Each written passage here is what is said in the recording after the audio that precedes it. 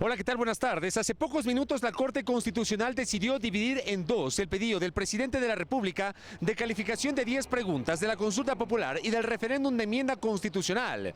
El doctor Roberto Bruni será el encargado de analizar las interrogantes de la consulta popular que no implican reforma constitucional, sino reformas de carácter penal o decisiones de política pública. Nosotros simplemente elaboramos un informe de procedibilidad. Y ese informe tiene que ser aceptado o negado por el Pleno de la Corte Constitucional, quien es el único órgano, su Pleno, el que resuelve esta situación. La doctora Nina Pacari, en cambio, será la encargada de analizar las enmiendas constitucionales. Son dos aspectos los que se analizan conforme al propio pedido de la Presidencia de la República. Esto es el procedimiento a seguir y segundo es sobre el texto. De acuerdo a lo que se ha dado a conocer, ambos jueces tendrán un plazo de 45 días para presentar un informe que posteriormente será analizado por el Pleno de la Corte Constitucional.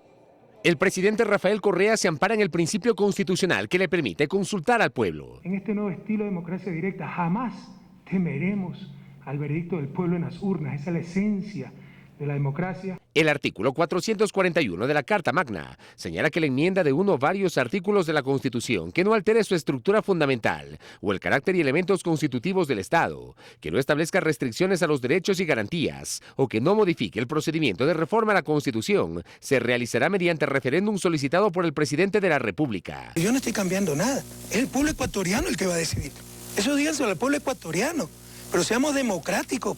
Un derecho, dicen, reconocido por el entorno gubernamental. Hemos hecho una propuesta enmarcada en la Constitución democrática, profundamente democrática, como es ir a una consulta directa. Los miembros de su bancada en la Asamblea Nacional. Hemos acordado tener un respaldo total al tema de la consulta y eso lo hemos manifestado como bancada. Los ex asambleístas que participaron en la construcción de la Carta Política en Montecristi. De ninguna manera se está cambiando las garantías constitucionales. Esta deuda histórica que dejó la Asamblea Constituyente tiene que ser saldada lo más pronto posible. En base a ese pronunciamiento popular se plantea como eje una reestructuración integral de la Administración de Justicia. La cifra es preocupante. Según el Ministerio de Justicia, 1.200.000 causas judiciales están represadas en las cortes del país. De ese 1.200.000 causas, 200.000 son causas penales, pero tenemos un gran número de causas laborales, de causas de tránsito, de niñez de adolescencia, que dan cuenta que la justicia no le rinde cuentas a nadie.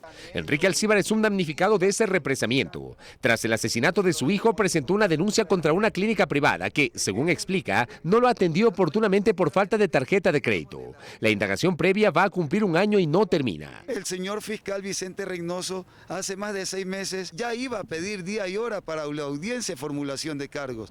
Ya vamos también a tener un año y todavía no hay esa audiencia de formulación de cargos.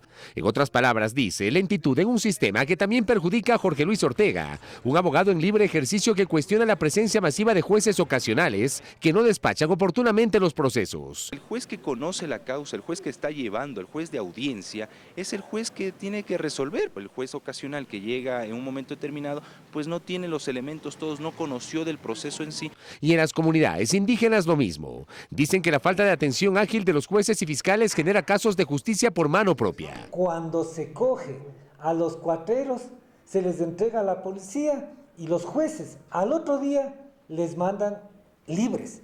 Solo en la Corte Nacional de Justicia, hasta el segundo semestre del 2010, estaban represados 7.837 juicios, de los cuales 1.384 corresponden a la primera sala penal, 1.358 en la primera sala laboral y 1.256 en la primera sala civil. Consejo de la Judicatura, que como órgano de gobierno, administración y disciplina, no ha sido capaz de iniciar sumarios administrativos. Joaquín Viteri es un reconocido jurista en temas laborales. Según refiere, el Código del Trabajo establece el procedimiento oral para acelerar el trámite de este tipo de procesos, que no debe durar más de 60 días. La realidad es otra, lamenta. Yo tengo aquí juicios que duran 2, 3 años y todavía no dictan sentencia. Y para muestra, se presenta la demanda el 11 de noviembre del 2009, se califica el 9 de junio del 2010 y la audiencia preliminar noviembre del 2010 y la definitiva diciembre del 2011.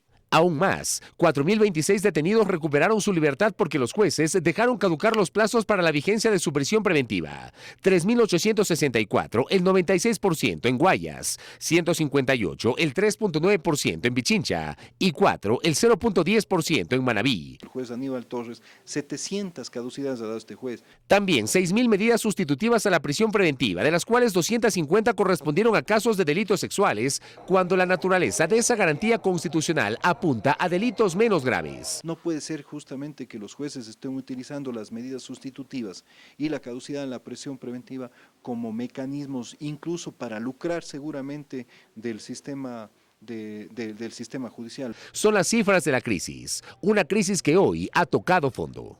El gobierno insiste en que su propósito es el de contribuir al mejoramiento del sistema y no al manejo de las cortes. No se trata de decir, yo voy a poner los jueces, que el presidente Correa va a decir, este es el juez de Sucumbíos, o estos son los jueces de Guayas, no. No serán a dedo. Se trata justamente de hacer racional y transparentemente y honestamente concursos. Por ahora, el Ejecutivo aguarda el pronunciamiento de calificación de las preguntas en la Corte Constitucional. El panorama será más claro después del 26 de febrero.